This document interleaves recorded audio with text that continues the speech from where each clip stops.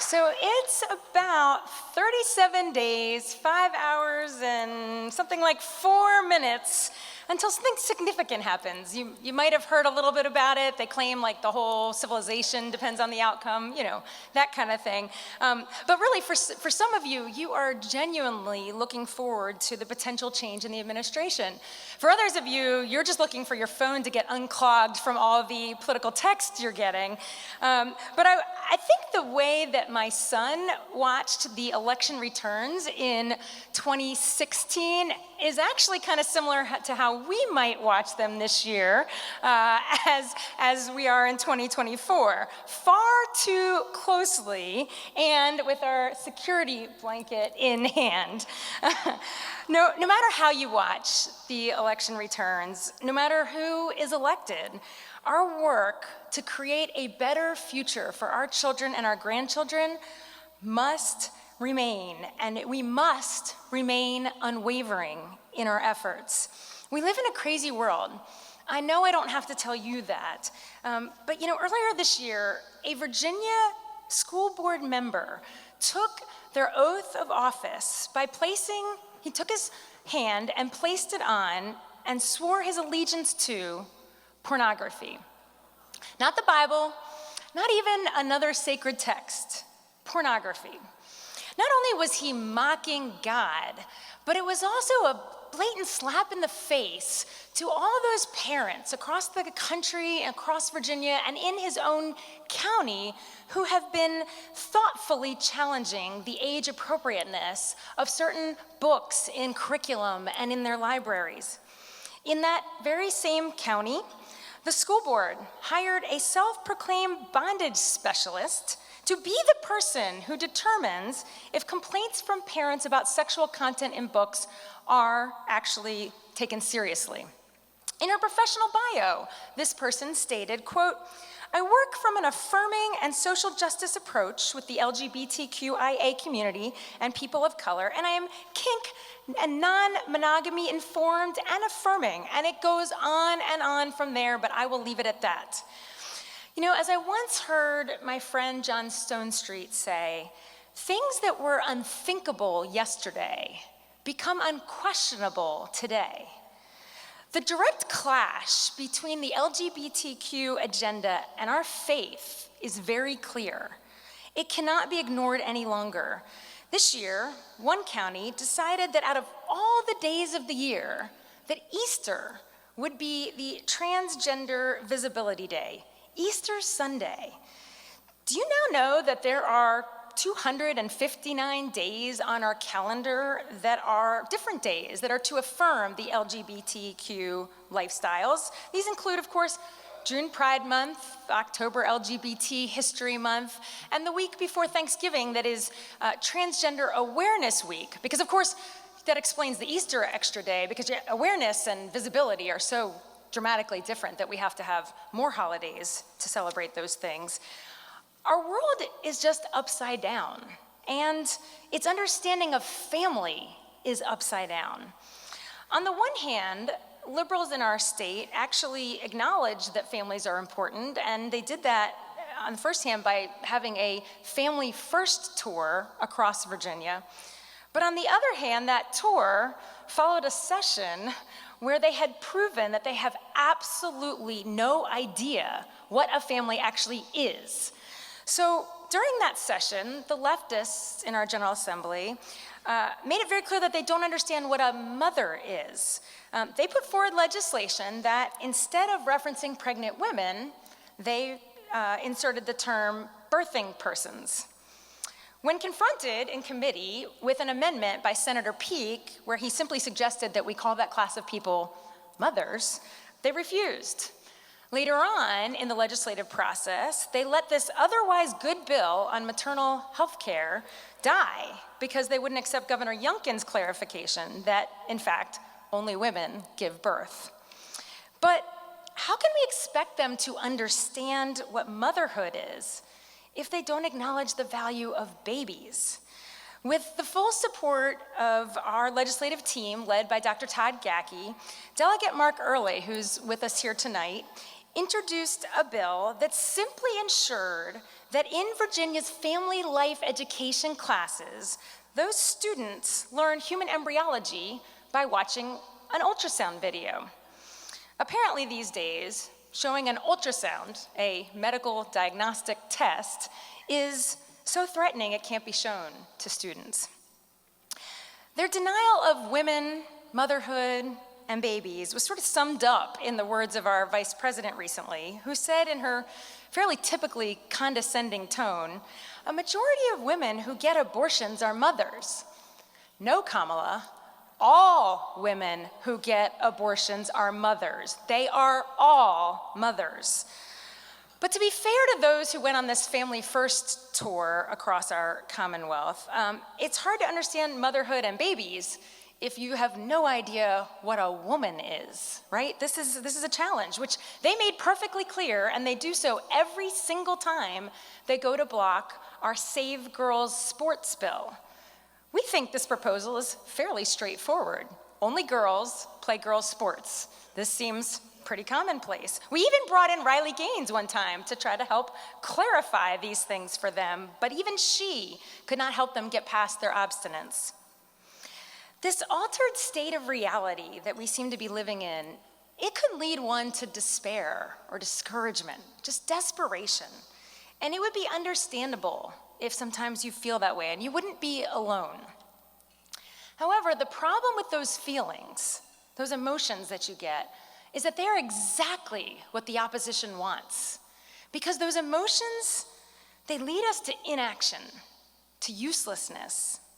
Sadly, those feelings stop good people from doing the right things all the time, from voting, from showing up at a school board meeting, from letting your voice be heard with your legislator, or from having the hard conversation with your friends and your family. When you think that our world has simply just gone too far, that really you can't even make a difference, you're actually doubting God. The fact is, the real reality is that he can do anything, and he can do it through us. Of course, God can work without you, and Mordecai knew that very well when he was talking to Esther. If you remember the scene where he's asking Esther to help free their people.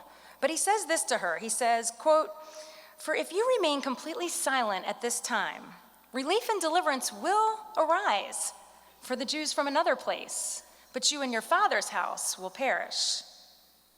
This year, this word from Mordecai seems even more prevalent, should ring more especially true to us in this national election moment where truly the fate of Israel may be deeply impacted by the policies set by the next administration, an administration that we choose if we're engaged, because it's the engaged that will choose the fate of Israel in many ways, those that are involved in voting and knocking and conversations.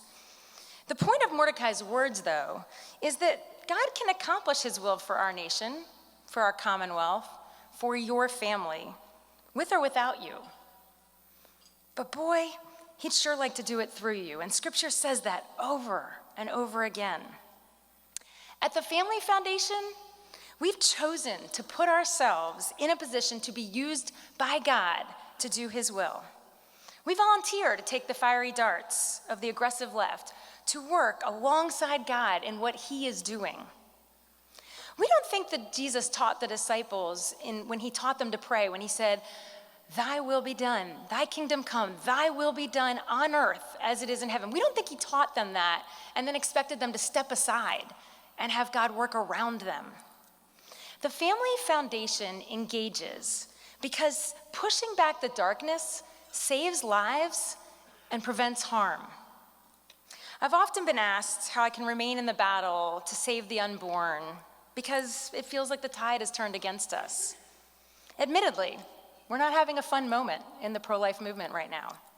We're seeing our state targeted as a destination for abortion. And even those abortions that happen in later term in pregnancy, causing our annual volume of abortion in Virginia to grow 103% in 6 years. And having 5 new abortion clinics pop up. And I'm not even talking about the one that the city of Richmond right now is trying to give to Planned Parenthood for $10. Of course, our law center is hard at work on that. We aren't going to let Planned Parenthood ruin our city without a fight. In fact, in the weeks and months to come, you'll be hearing a lot from us about the effort by the abortion industry to enshrine into our state constitution a permanent restriction from our legislature ever being allowed to limit abortion in any way at any time, no matter how late in the pregnancy it is, no matter how coerced the woman is, and no matter how unsafe the facility might be. But I remain in this battle through the ups and downs because for me, it has never been about whether the secular, godless public agrees with me. It's always been about cherishing the human potentiality of an unborn child based on God's design ingrained in every fiber of DNA from the earliest moments of conception. I've always wanted to be a part of delivering hope. God doesn't abandon people in their hard circumstances, those hard moments, even when a child is born out of those hard circumstances. And his redemption often comes through that child born out of hard circumstances, because that child still bears his image. I want to be vocal on the side that announces the network of support for women who find themselves in hard circumstances. And I want to be louder than the lies of despair that are brought to these women by the abortion industry. And you're welcome to join me in that when we have our next Walk for Life, our March for Life next year, April 9th, 2025. You can be part of that voice.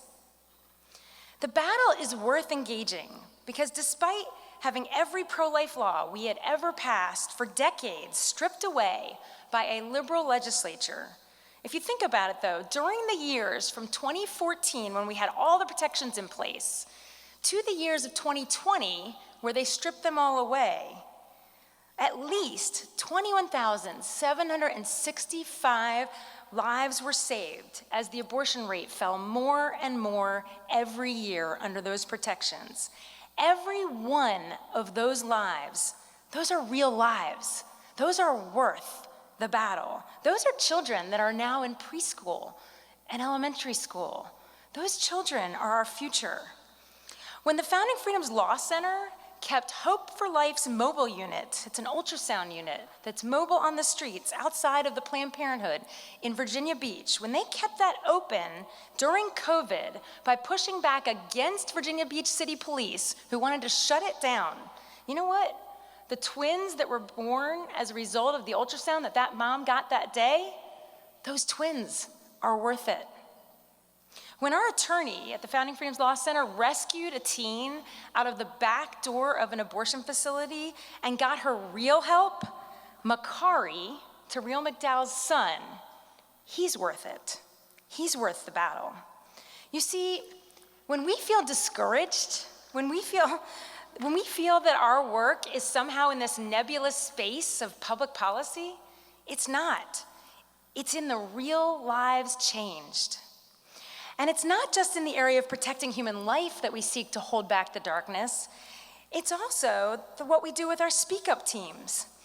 When our Speak Up teams, under the direction of Candy Cushman, are rallying at school boards and school board meetings to get the wise policies that we need around the issue of transgender students, it's not an exercise in futility.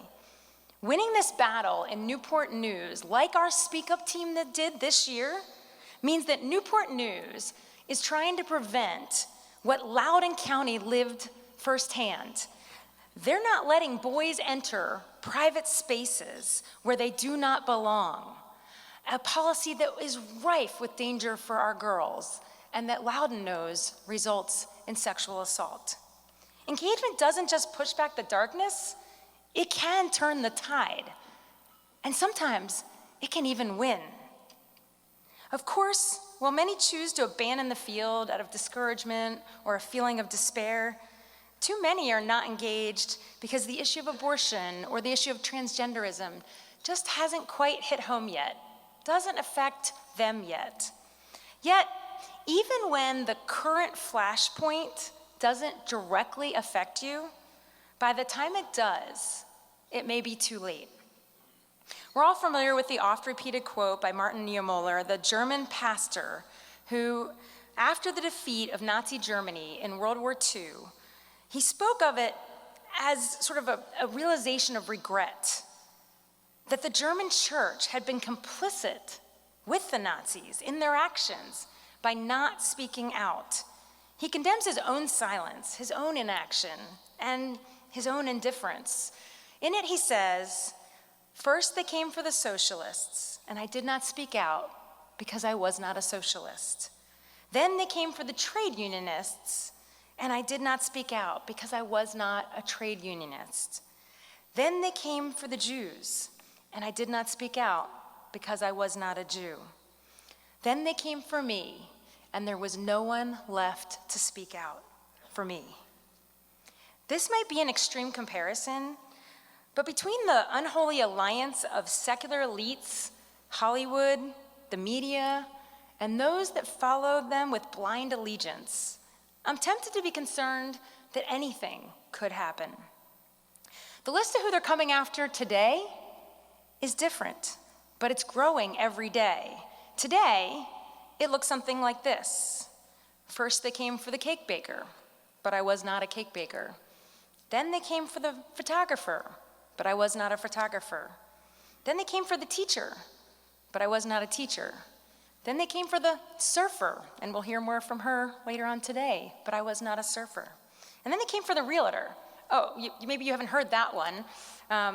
Right now, our Founding Freedoms Law Center attorneys, Josh Hetzler and Michael Sylvester, have teamed up with local Stanton attorneys who are also here to represent a bivocational minister and realtor whose name is Wilson Faber, he's also here in our audience, in an ethics charge issued by the National Association of Realtors. What was his supposed crime?